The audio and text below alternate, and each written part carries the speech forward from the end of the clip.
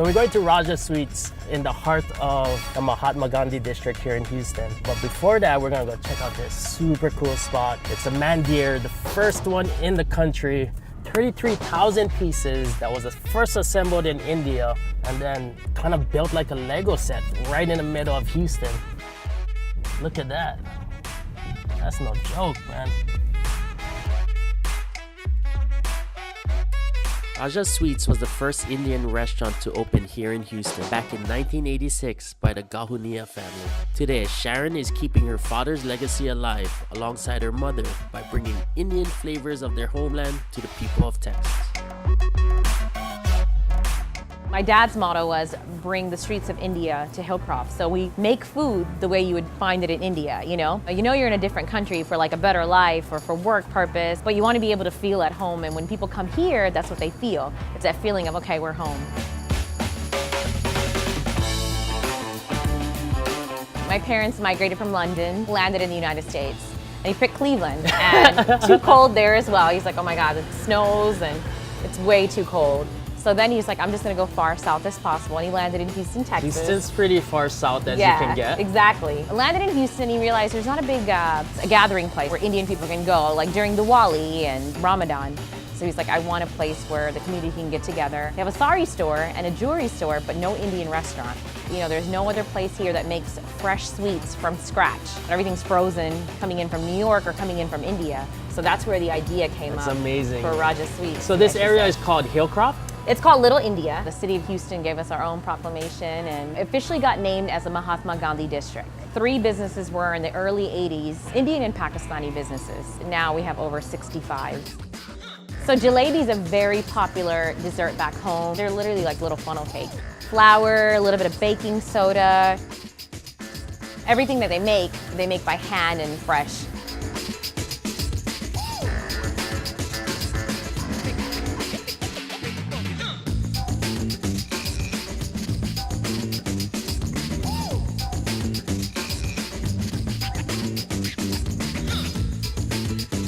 And then the sugar's in the syrup. On a daily basis, they make 50 pounds. A lot of flick of the wrist, huh? Just like... Okay, just gather up like this. Yep. No. I ain't got the flick of the wrist like you do. I made those special just for you. So rasgulla, it's like a cheese and milk-based dessert. So they actually boil the milk, and then once it's boiled, they take it to get cooled. And they add a little bit of vinegar to it, and then it makes this texture. It has the feeling of like ricotta.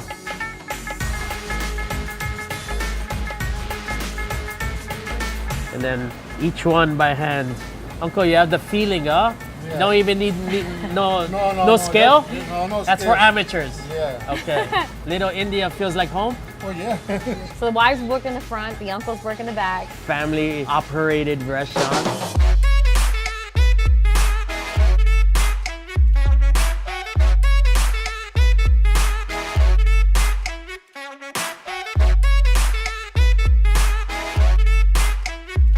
Raja means king. Raja Sweets is like king sweets, you know? King Sweets.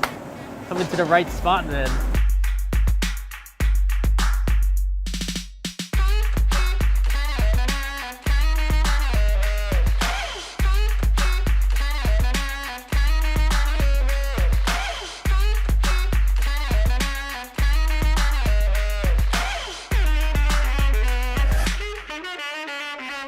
So these are all made by hand, and they're different flavors. Some have almonds, some have pistachios. This one's made from chickpeas flour and sugar. One of my good favorites. It actually tastes like peanut butter brittle. Mom, what's your favorite? Julie. The Julie, yeah. And besan. All right. I like the crunchiness of that. You made it. I know, I made it. Where's mine on? Let me see if it's in there. It's like crunchy, sticky, and gooey. It gets all over your fingers. That's very old traditional, like more than 500 years in India. So that's grinded chickpeas flour. Oh man, that's delicious. We make a food also like a homemade food, you know. One of our customer, he come every day. Every to single eat day. Every single day. That's dedication. How many years has it been coming? like last 10, 12 years. Yeah. Every day. Because you always want to be able to connect to your roots and your culture and where you're from.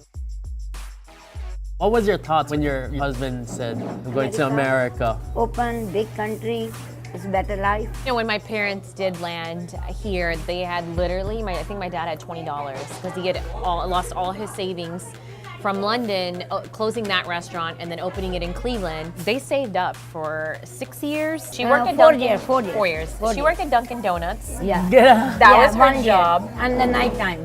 Because And- my children is small. He Yeah. worked at Burger King. He was a manager at Burger King. In their minds, they're like, we're gonna achieve the American dream, which is being successful in America because there's so much opportunity. And then we're longest running Indian restaurant in Texas now. 31 years. In 31 April years. 20th, yeah. So back in 2002, your dad passed away. Yes. It was hard, but we wanted to keep his legacy alive. What type of man was he? He's very good. He's very active in the community, you know. Very strict with you guys?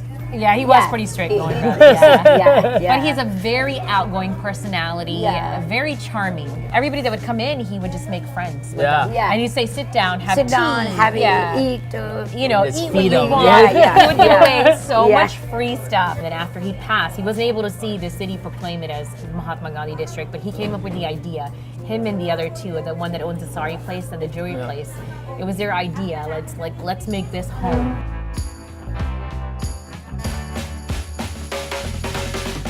Oh, that's amazing what your father did. Yeah, he did. He was kind of like the founding father of, Indian food here in Houston.